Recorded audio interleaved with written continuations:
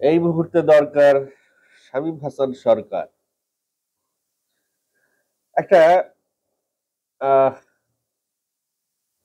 একটা বিষয় নিয়ে মিডিয়া পাড়া খুব গরম হয়ে আছে এখন। স্বভাবতই বিষয়টা নিয়ে আমাকে কথা বলতে হচ্ছে, কারণ আমার কন্টেন্ট রিলেটেড একটি টপিক এটা। আমি যেহেতু এন্টারটেনমেন্ট বেসড কন্টেন্ট বানাই, মিডিয়ায় ঘটে যাওয়া আলোচিত ঘটনাগুলো নিয়ে যেহেতু আলোচনা করি, সেহেতু এই টপিকটা যদি এড়িয়ে যাই তখন অনেকেই প্রশ্ন করবেন কেন আমি এই টপিকটা নিয়ে কথা বললাম না। এই টপিকটা আমি এড়িয়েই যেতে চেয়েছিলাম, কিন্তু আহ, কিছু মানুষের প্রশ্নের সম্মুখীন হতে হবে, যার কারণে টপিকটা নিয়ে বসলাম। আচ্ছা, চলেন আগে টপিকটা নিয়ে আলোচনা করি। তার আগে বলে নেই, আমার চ্যানেলটা যারা নিয়মিত দেখছেন, you know what you have to do, please to subscribe and follow. Shamim Hasan সরকারের বিরুদ্ধে প্রথম যে অভিযোগটা আমার সামনে আসে সেটি হলো, সে একটি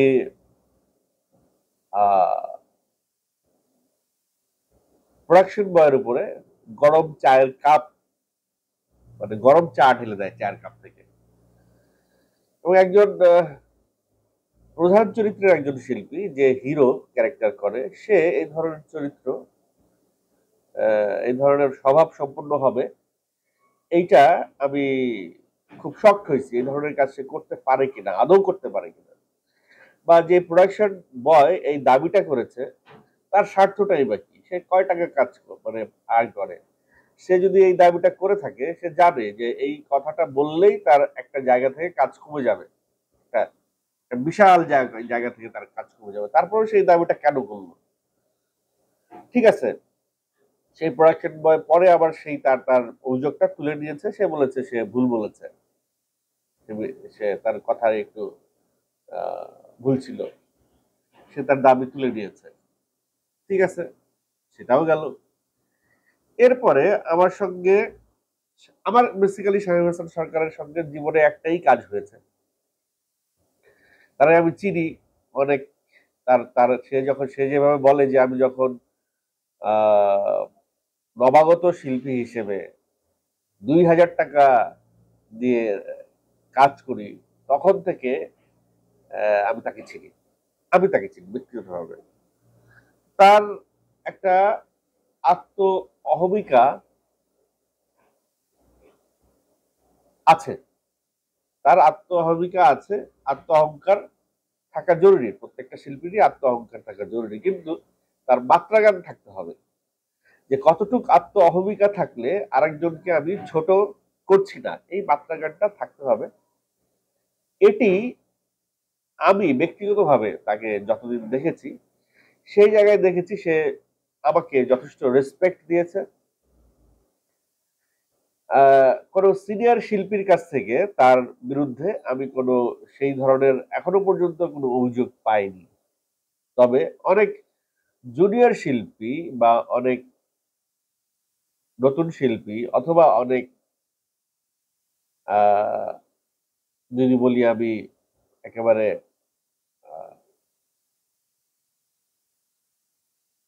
নন স্টার শিল্পী, তারা, তাদের অনেকেই আহ, ওনার বিরুদ্ধে অভিযোগ এনেছে শামীম হাসান সরকারের বিরুদ্ধে। আর চলেন একটু তাদের অভিযোগগুলা জেনে নেই, কি কি অভিযোগ এসছে এর মধ্যে। তার বিরুদ্ধে অভিযোগ এসছে এক নারীকে গালি দেওয়ার অভিযোগ এসছে। সেই গালিটা কি গালি সেটা আপনারা জানেন। সে নারী প্রেস কনফারেন্স করে অলরেডি দেশ টিভিতে শামীম হাসান সরকারের বিরুদ্ধে যা যা বলেছে আপনারা শুনেছেন, এবং তার প্রেক্ষিতে শামীম হাসান সরকার কি বলেছে সেগুলো আপনারা শুনেছেন। এটি তো সেই নারীর কথা এবং সেই শামীম হাসান সরকারের কথা। এর বাইরেও আরো অনেকেই দেখলাম যে সোশ্যাল মিডিয়ায় সরব হয়েছেন। পারভিন পারু, তারপরে স্নিগ্ধা হোসেন, বন্দা সহ মানে কয়েকজন নারী। তো এই কয়জনের নাম তো আমি বললাম, আরো অনেকেই ফেসবুকে, সোশ্যাল মিডিয়ায় শামীম হাসান সরকারের বিরুদ্ধে অভিযোগ তুলছেন তার অসৎ আচরণের, অভিযোগ তুলছেন তার উদ্ধত আচরণের, অভিযোগ তুলছেন তার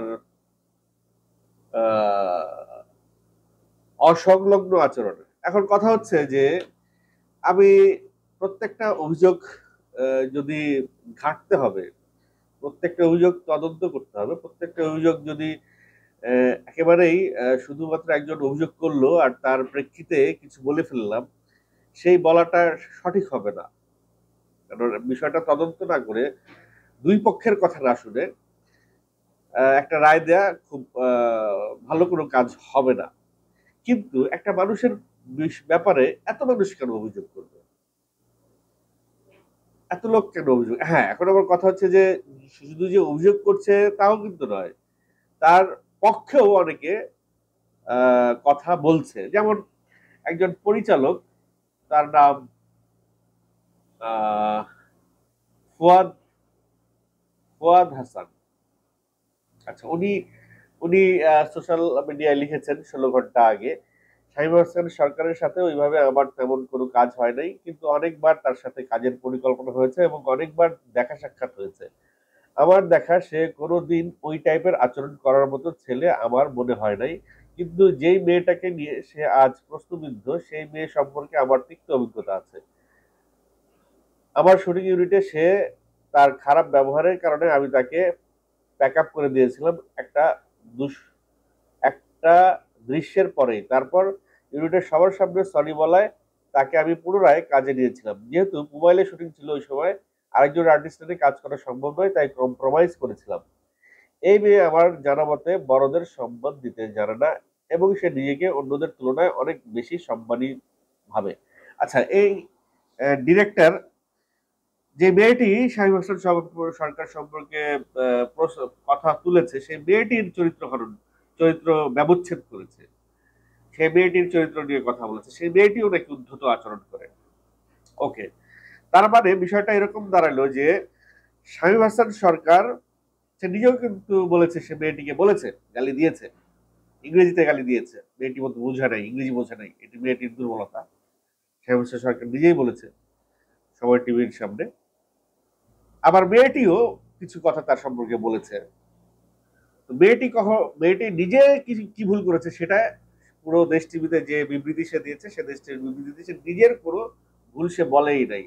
একটা ভুল বলছে, সে ডায়লগ উল্টা পাল্টা বলতেছিল, ডায়লগ ঠিকঠাক বলছিল না, ছোট্ট একটা ভুল করছে ডায়লগে। ওকে, ফাইন। এখন একটা আমাদের শুটিং এ একটা বড় ঝামেলা হয়ে গেছে, সবচাইতে বড় ঝামেলা হয়ে গেছে যে রিল, বিহাইন্ড দ্য সিন, ছবি তোলা, ফেসবুকে দেয়া, সোশ্যাল মিডিয়ায় দেয়া, ক্যামেরাম্যান থেকে শুরু করে প্রোডাকশন বয়, ডিরেক্টর থেকে শুরু করে নায়ক, এক একজন অ্যাসিস্ট্যান্ট থাকে, তাদের সবার হাতে একটা করে মোবাইল থাকে। একটা ছবি তুলবে, একটা রিল বানাবে, একটা ইয়ে করবে, ভিডিও করবে, সেটা দিয়ে এক্সট্রা একটা টাকা আয় করবে। আমি অনেক নায়িকাকেই দেখেছি, শর্ট শেষ করেই সে ফোন নিয়ে বসে যায়, তার আলাদা একটা কাজ করবে। সে যদিও সে খুব ভালো অভিনয়ত্রী, সে শর্টটা সে ঠিক মতো দিচ্ছে, তার ওই ব্যাপারে কোনো কমপ্লেন নাই, কিন্তু তারপরেও শর্ট শেষ করেই সে মোবাইল নিয়ে বসে পড়ে। আবার একটা জুনিয়র শিল্পীও সেই একই কাজটা করছে। এখন কথা হচ্ছে যে যেখানে ফোনটাই একটা বিশাল ভাইরাস, সেখানে এই অভিনয় শিল্পীর উদ্ধত আচরণ কতটা ক্ষতিকর। আসলে ক্ষতিকর সবটাই, এই ফোনটাও ক্ষতিকর, এই শিল্পীর উদ্ধত আচরণও ক্ষতিকর, বা ওই ফিমেল শিল্পীর যদি তার সম্পর্কে যে বিষয়গুলো বলছে সেই আচরণগুলো ক্ষতিকর। এখন একটা নাটকের পরিবেশ কেন এরকম হইল, এই বিষয়টা ফাইন্ড আউট করতে হবে আমাদের। আমি একেবারে খুবই খোলামেলা কথা বলবো আজকে, অনেকের আতে ঘা লেগে যাবে, তারপরেও বলবো।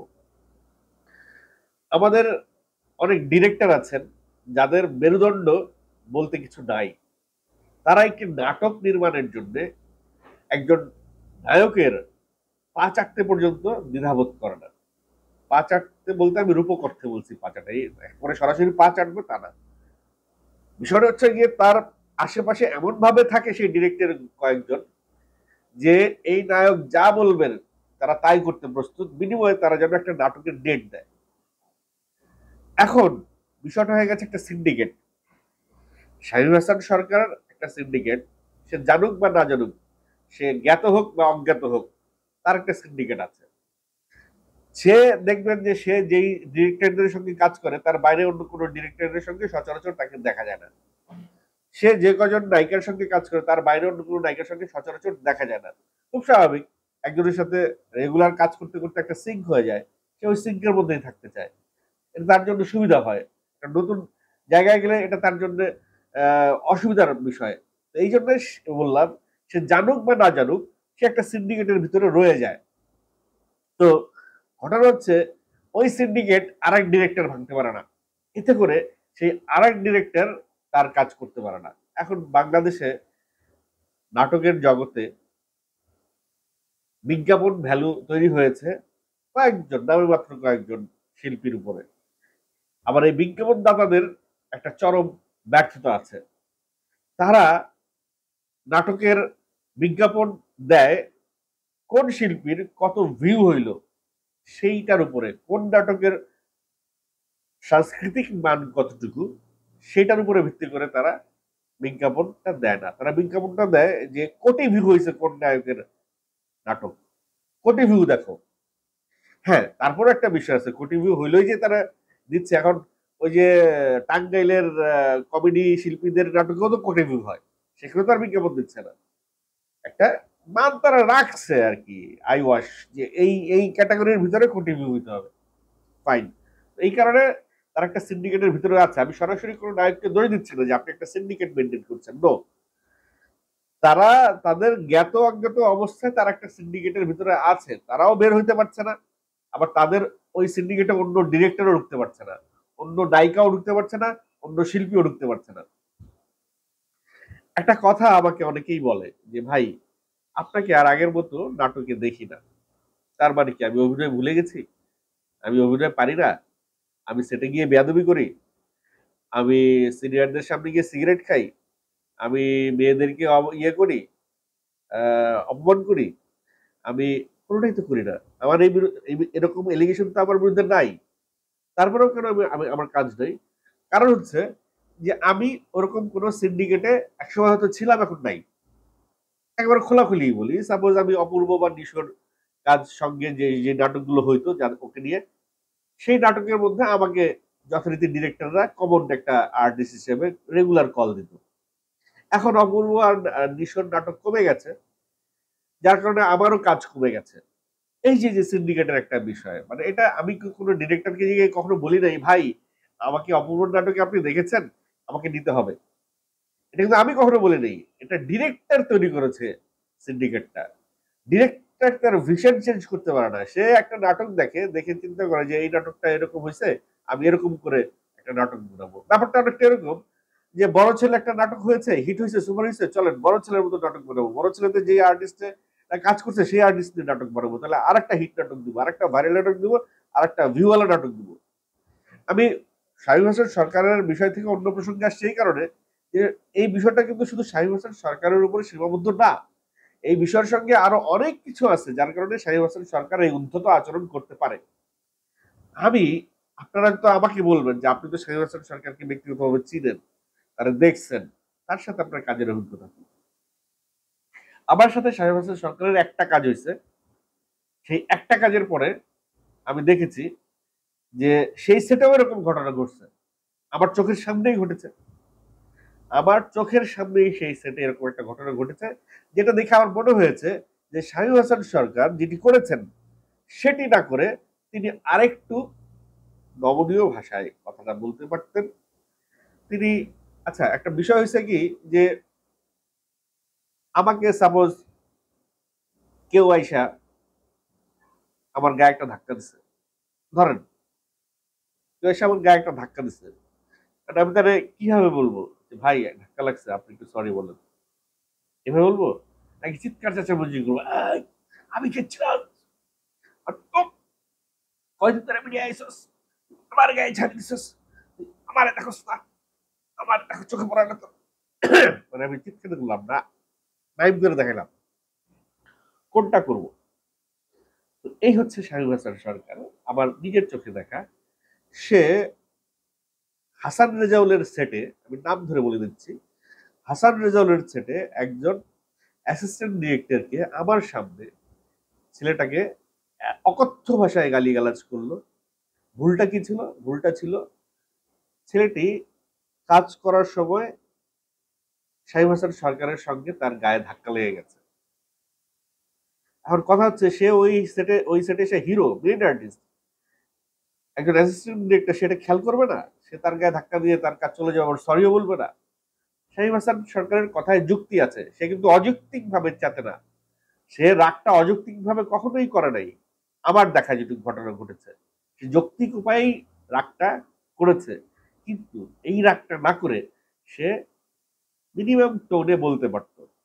সে একজন ওই নাটকের হিরো, প্রধান চরিত্র করতেছে, তো তার ব্যবহার যেটি আশা করে সবাই তার চেয়ে অনেক বেশি লাউড। সে হয়তো এভাবেই কথা বলে, কিন্তু মানুষ তো তাকে এভাবে চেনে না। সে হয়তো তার বাসাও এইভাবে আচরণ করে, সে চিৎকার চেঁচামেচি করে কথা বলে থাকে। আমাদের পরিবারে এমন সদস্যও থাকে যে কিছু হইলেই চিৎকার চেঁচামেচি করে, এবং অন্যান্য পরিবারের সব সদস্য টানে না, ওরা কিছু বলিস না, আবার বাড়ি মাথায় তুলে দিবে।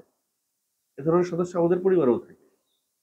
এখন কথা হচ্ছে যে আমরা যদি নাটকের সেটটাকে একটা পরিবার মনে করি, তাহলে কোনো সমস্যাই না, এগুলো কোনো সমস্যাই না। শামীম হাসান সরকার খেপছে, ওই মেয়েটি বললো যে ভাইয়া সরি, আপনি রাগ করছেন, আমি ঠিক করে নিচ্ছি। আবার শামীম হাসান সরকার গিয়ে মেয়েটিকে সরি বলবে, এটা হয়? শামীম হাসান সরকার তো বলছে সে মেয়েটির সঙ্গে বসতে চায়, সরি বলতে চায়। আজান দিচ্ছে, একটু ব্রেক নেই। আচ্ছা, আজান শেষ। যাই হোক, তো শামীম হাসান সরকার তো বলছে সে মেয়েটির কাছে সরি বলবে, সে মেয়েটির সঙ্গে যোগাযোগ করার চেষ্টা করেছে, কিন্তু তার আগেই মেয়েটি হয়তো প্রেসের সামনে চলে আসছে। এখন কথা হচ্ছে ভাই, মেয়েটি কতটুক বিলং করে এই পরিবারের ভিতরে, সে বিচারটা পরিবারের অধিকর্তার কাছে দিতে পারতো। আমাদের অভিনয় শিল্পী সংঘ আছে, হয়তো মেয়েটি অভিনয় শিল্পী সংঘের সদস্য না, কিন্তু তার একটি জায়গা ছিল অভিনয় শিল্পী সংঘের কাছে কমপ্লেনটা দেবার। তারপর অভিনয় শিল্পী সংঘ যদি কিছু না করতো, তখন সে একটা ব্যবস্থায় যাইতে পারতো। আমার কাছে মনে হয়েছে মেয়েটির সরাসরি টেলিভিশনে না গিয়ে তার যাওয়া উচিত ছিল, যেহেতু আমাদের একটা অভিনয় শিল্পী সংঘ আছে, সেখানে তার যাওয়া উচিত ছিল। এবং অভিনয় শিল্পী সংঘের অনেক সম্মানিত নেতারা আছেন, যারা সারা বছর অভিনয় শিল্পীদের নিজের কাজ ফেলে রেখে, নিজের পরিবার ফেলে রেখে, নিজের শুটিং ফেলে রেখে শিল্পীদের পাশে সারা বছর এই কাজগুলো করেন, এই দৌড়াদৌড়িগুলো করেন, নিজের অনেক কিছু ত্যাগ করে। তারা এত কিছু ত্যাগ করে এই কাজগুলো করছেন, তাদেরকে না জানিয়ে আমি চলে গেলাম সরাসরি দেশ টিভির। হয়তো মেয়েটি বুঝে উঠতে পারে নাই, চলে গেছেন। আমি বলবো এইভাবে কোনো কিছুর সমাধান হয় না। আমার কিছু হইলো আর আমি লাইভে চলে আসলাম, ফেসবুকে লিখে দিলাম, বা টেলিভিশন চ্যানেলে গিয়ে বললাম, এইভাবে কোনো কিছুর সমাধান হয় না। সমাধান হতে হবে সিস্টেমেটিক উপায়ে। এখন কথা হচ্ছে যে এই সিস্টেমটাকে, এই এই এই এই একেবারে করাপ্টেড প্রায় সিস্টেমটাকে যদি ঠিক করতে হয়, তাহলে অনেক কিছু ঠিক করতে হবে। শুধুমাত্র এই শামীম হাসান সরকার আর এই প্রিয়াঙ্কা, এই মেয়েটির বিষয়টি ঠিক করলে চলবে না। এটি আমাদের বহুদিন যাবৎ এই সিস্টেমের মধ্যে ঘুণ ধরা শুরু করছে। যেদিন থেকে ঘুণ ধরা শুরু করছে, সেদিন থেকে একটা বিষয় আছে, থানায় যদি কেউ কমপ্লেন না করে, পুলিশ কোনো অ্যাকশন দিতে পারে না। তেমনি আমাদের অভিনয় শিল্পী সংঘের কাছে যদি কোনো কমপ্লেন না আসে, অভিনয় শিল্পী সংঘ কিছু করতে পারে না। এই জায়গাতেও একটা কারেকশন দরকার। অভিনয় শিল্পী সংঘ গার্ডিয়ান, অভিনয় শিল্পী সংঘ অভিভাবক, অভিনয় শিল্পী সংঘ অভিভাবক হিসেবে আগে থেকে কাজ করবে, আগে থেকে এই ঘটনা ঘটার সূত্রপাত থেকেই তারা তাদের অ্যাকশন দিবে। যখন তার পরিবারের কেউ কোনো অনিয়ম করবে, তখন অভিভাবক হিসেবে অভিনয় শিল্পী সংঘের এগিয়ে যাইতেই হবে। এটাই অভিনয় শিল্পী সংঘের কাজ হওয়া উচিত বলে আমি মনে করি। যদি অভিনয় শিল্পী সংঘ এই কাজটা শুরু থেকেই করতো, তাহলে এই ধরনের সিচুয়েশন তৈরি হতো বলে আমার মনে হয় না। আমার মনে হইলেও কম হইতো, অনেক কম হইতো। এখন আসেন কি কি সমাধান করা উচিত একেবারে গোড়া থেকে এই অবধি। প্রথমত আমাদের সিন্ডিকেট ভাঙতে হবে। দ্বিতীয়ত ডিরেক্টরদেরকে গার্ডস অর্জন করতে হবে। ডিরেক্টরদেরকে নায়কদের পিছনে নায়িকাদের পিছনে দিনের পর দিন রাতের পর রাত নিজের মান সম্মান ধুলোয় মিশিয়ে দিয়ে ডিরেক্টর রাতের এদের পিছনে ঘোরা উচিত না। আমি একজন শিল্পী, আমি একজন শিল্পী হয়ে বলতে চাই আমার পিছনে কেন ডিরেক্টর ঘুরবে? আমি যখন এই ইন্ডাস্ট্রিতে পা দিয়েছি আমি ডিরেক্টরের পিছনে ঘুরেছি ভাই। আমি একজন অভিনয় শিল্পী, যদি আপনি মনে করেন আমাকে আপনার কোনো চরিত্রে যায় নাটকের আমাকে কাস্ট করবেন। আমি আমার জীবনে কত ডিরেক্টরের পিছনে ঘুরেছি, আমার কতগুলো জুতো আমার ক্ষয় হয়েছে ঘুরতে ঘুরতে, এটা আমি জানি। আর আজকে চিত্র উল্টা, অ্যাক্টরদের পিছনে ডিরেক্টরদের জুতা ক্ষয় হয়ে যায় ঘুরতে ঘুরতে। এটা ডিরেক্টরদেরই ঠিক করতে হবে। ডিরেক্টরদের গার্ডস ডিরেক্টররা যদি ফেরত না আনে এই গার্ডস কেউ তাদেরকে ফেরত দিবে না। প্রয়োজনে নাটক বানান না, অন্য কাজ করে খান। আপনারা যদি শিডিউল না পান আপনারা কেন তার পিছনে পিছনে ঘুরে শিডিউল আনতে হবে? তাকে স্ক্রিপ্ট দিবেন, সে যদি 3 দিন 4 দিন 1 সপ্তাহের মধ্যে রেসপন্স না করে আপনি অন্য এক আর্টিস্ট দিয়ে কাজ করবেন। আপনি যদি অন্য আর্টিস্ট দিয়ে কাজ করতে না পারেন আপনি আরেকজনকে ধরবেন। আপনি আরেকজনকে ধরে না কাজ করতে পারেন আপনি এই ইন্ডাস্ট্রিতেই থাকবেন, আপনি অন্য কাজ করবেন। আপনি প্রয়োজনে দোকান দিবেন, মুদি দোকান দিবেন, তাহলে তো আপনার ডিরেক্টর হওয়ারই যোগ্যতা নেই। এই সিন্ডিকেট ভাঙতে হলে ডিরেক্টরের অ্যাক্টিভিটি সবার আগে। এটা ডিরেক্টরস মিডিয়া, এটা অ্যাক্টরস মিডিয়া না। আমরা এটাকে অ্যাক্টরস মিডিয়া করে ফেলেছি। মান্না ভাইয়ের আমল থেকে শুনেছি, শাকিব খানের আমল থেকে শুনেছি, সালমান শাহর আমল থেকে শুনেছি যে ডিরেক্টররা শিল্পী পয়দা করে। আর এখন দেখতেছি কি যুগ আসছে ভাই, দেখি শিল্পীরা ডিরেক্টর পয়দা করে। অনেক অনেক কথা বলতেছি, যে কথাগুলো বলার পরে আপনারা অনেকেই আমাকে ব্ল্যাক লিস্টেড করে ফেলবেন, অনেক ডিরেক্টর আমি জানি, বাট আই ডোন্ট কেয়ার। আপনাদের গার্ডস নাই। আমি আবারও বলতেছি আপনাদের গার্ডস নাই। আপনারা একই শিল্পী নিয়ে রেগুলার কাজ করে যাচ্ছেন, একই শিল্পীর পিছনে ঘুরছেন। কারণ আপনারা আরেক শিল্পীর পিছনে ঘুরতে হলে আপনাকে আবার নতুন করে টাইম দিতে হবে, তার পিছনে নতুন করে সম্পর্ক তৈরি করতে হবে। আপনারা দেখেন যেই ডিরেক্টর যেই ধরনের নাটক বানায় সেই ডিরেক্টর সেই ধরনের নাটকে অন্য কোনো শিল্পী নাই। কেন নাই? একজন ডিরেক্টর কেন পারে না অন্য কোনো শিল্পীর সঙ্গে কাজ করতে? এটি তার সীমাবদ্ধতা, এটা তার লিমিটেশন। একজন ডিরেক্টর প্রত্যেকটা শিল্পী নিয়ে কাজ করবে, যেটা আগে দেখছি আমরা। ফেরদৌস হাসান রানারা করেছেন, চয়নিকা চৌধুরীর শেষ সময়ে পাইছি, অরুণ চৌধুরী করেছেন, সেই মোহন খান করেছেন। সেই সেই সময় থেকে দেখে আসতেছি একজন ডিরেক্টরের পেছনে সেই জাহিদ হাসান, তৌকির আহমেদ, শমী কায়সার, বিপাশা হায়াত, একজন ডিরেক্টর হুমায়ুন আহমেদের পিছনে ঘুরে, সে ফেরদৌস হাসানের পিছনে ঘুরে, কত বড় বড় স্টার তারা। আর আজকাল সেই সব ডিরেক্টররা এদের ডেট পায় না, মোশাররফ করিমের ডেট পায় না। আমি একজন সেই সময় অনেক বড় একজন ডিরেক্টর, আমাকে দিয়ে মোশাররফ করিমকে ফোনে পাইতে হয় তার। মোশাররফ করিম তার ফোন ধরেন না, কারণ কাজ করবে না, সে যে কোনো কারণেই করবে না। সে তো অনেক সিনিয়র ডিরেক্টর ভাই, তার কোথায় নামতে হয়েছে যে আরেকজনের ভায়া হয়ে সে দেখতেছে তার ফোন ধরে না মোশাররফ করিম, তারপরে আরেকজনের ভায়া হয়ে তার মোশাররফ করিমকে ফোন দিতে হয়। সেই সিনিয়র শিল্পীটা তার, সেই সিনিয়র ডিরেক্টর তার আত্মমর্যাদা কতটুকু নিচে নামাইছে। কেন আপনি মোশাররফ করিমকে আপনি ফোন দিবেন আমাকে ভায়া হয়ে? কি দরকার আপনার? আপনার এই ইন্ডাস্ট্রিতে, যে ইন্ডাস্ট্রি আপনারা মূল্যায়ন করেন, আপনার তাহলে থাকেন না আপনি ইন্ডাস্ট্রিতে। এইভাবে আমরা ডিরেক্টরদেরকে মূল্যায়ন করে নেই, এইভাবে আমরা শিল্পীদের মূল্যায়ন করে নিই। আজকে মোশাররফ করিম বা আজকে এই শামীম হাসান সরকার, শামীম হাসান সরকার কি তার শুরুর জীবনে কম অপমান সহ্য করেছে?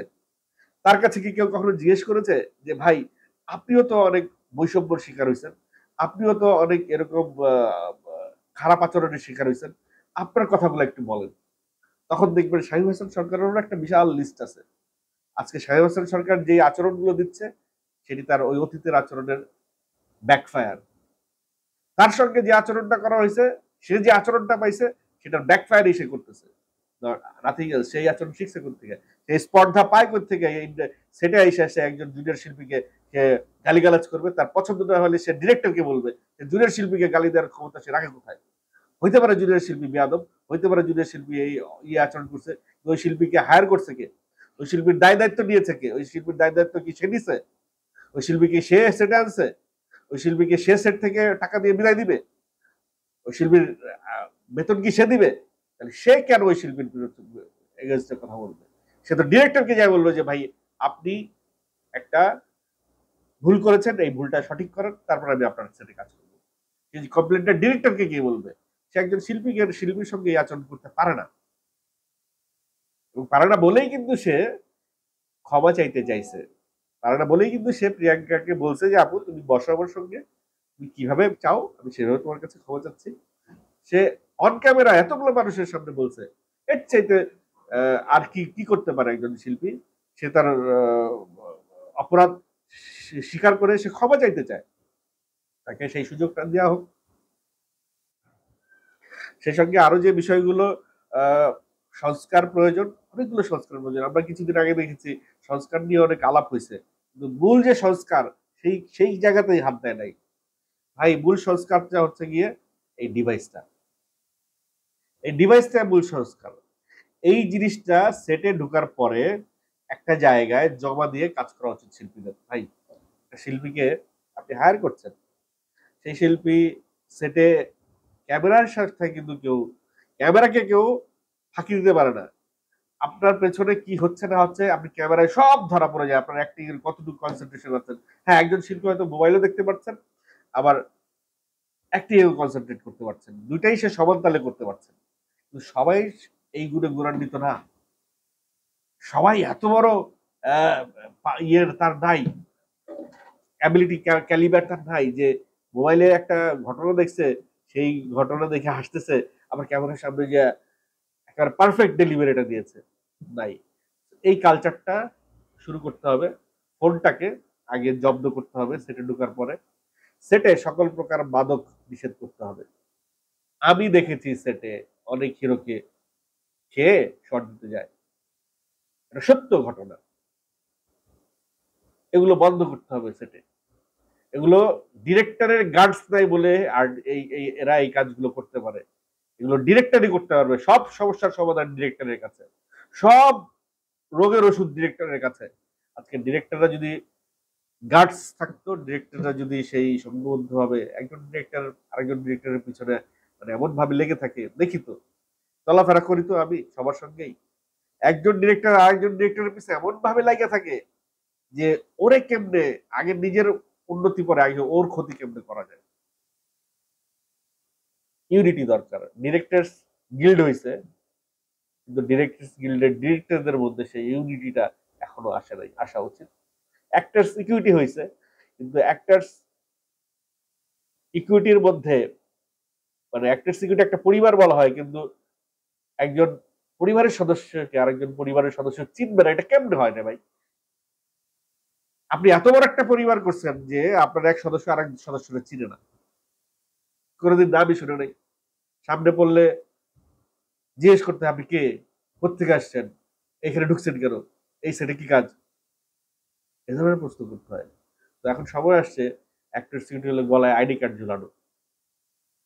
এমন একটা সময় আসছে এখন একজন শিল্পী যদি কোনো সেটে যায় গলায় আইডি কার্ড ঝুলাই যাইতে হবে যে আমি অ্যাক্টর সিকিউরিটির মেম্বার, আমি একজন অভিনয় শিল্পী। এত মেম্বার হয়ে গেছে আমাদের, আলহামদুলিল্লাহ এটা খুব ভালো জিনিস। অনেক পরিবারে অনেক সদস্য হয়েছে, এটা খুবই ভালো জিনিস। কিন্তু এই সদস্যদের কিভাবে কি আচরণ করতে হবে সেই আচরণ বিধিটা, পরিবার বড় করা যেরকম আমাদের একটি বিষয় হয়ে দাঁড়িয়েছে, তেমনি সেই পরিবারের সদস্যদের নৈতিকতা, ব্যবহার, আচরণবিধি এসব শেখানোর একটা দায়িত্ব হয়ে পড়েছে। আমরা যে মেম্বার শুধু টাকা দিছি, ইন্টারভিউ দিছি আর মেম্বার হয়ে গেছি, বাহ, তাতেই আমাদের দায়িত্ব শেষ। নো, মোশাররফ করিম তার ইন্টারভিউতে একটা কথা বলছিলেন যে এই গত নির্বাচনের সময় আমাদের অনেক শিল্পী হয়েছে, এখন শিল্পী সংঘের দায়িত্ব হচ্ছে এই শিল্পীকে শিল্পী হিসেবে তৈরি করা। কথাটার ওয়েটটা বুঝতে হবে। এই শিল্পী নামধারী শিল্পীদেরকে শিল্পী হিসেবে তৈরি করা অভিনয় শিল্পী সংঘের কাজ, সবচেয়ে বড় কাজ। এখন শুধু আমি নিজেকে শিল্পী পরিচয় দিলাম আর চিৎকার চেঁচামেচি করলাম সেটে, একটা শিল্পী এইভাবে আচরণ করে না। নো, আপনি স্টার হইতে পারেন, আপনার নাটক কোটি ভিউ হইতে পারে, কিন্তু আপনি চিৎকার চেঁচামেচি করতে পারেন না সেটের মধ্যে। আপনি বিনয়ের সাথে কথা বলবেন, বিনয় হচ্ছে একটা শিল্পীর সবচেয়ে বড় পরিচয়। আপনি আদবের সাথে কথা বলবেন, আপনি ধৈর্যের সাথে কথা বলবেন, একটা শিল্পীর সবচেয়ে বড় গুণ। এই বিষয়গুলো আচ্ছা, কন্টেন্ট অনেক বড় হয়ে যাচ্ছে আসলে। এই কন্টেন্ট এত ছোট সময়, এত অল্প সময় শেষ করার না, অনেক বড় হয়ে গেছে কন্টেন্ট। আমি খুবই খুবই খুবই দুঃখিত যারা এই পর্যন্ত কন্টেন্টটা দেখছেন, তাদের কাছে আমি কৃতজ্ঞ। একদিনে এই কন্টেন্ট বলেও শেষ করা যাবে না, মানে ছোট ভাবে বললে অনেকে ভুল বুঝবেন। আমি কনফিউজ হয়ে গেছি এই কন্টেন্ট আমি দিব কিনা। যদি দিয়েও ফেলি তাহলে প্লিজ আমাকে নিজ গুণে ক্ষমা করে দিবেন যদি কাউকে আমি হার্ট করে থাকি।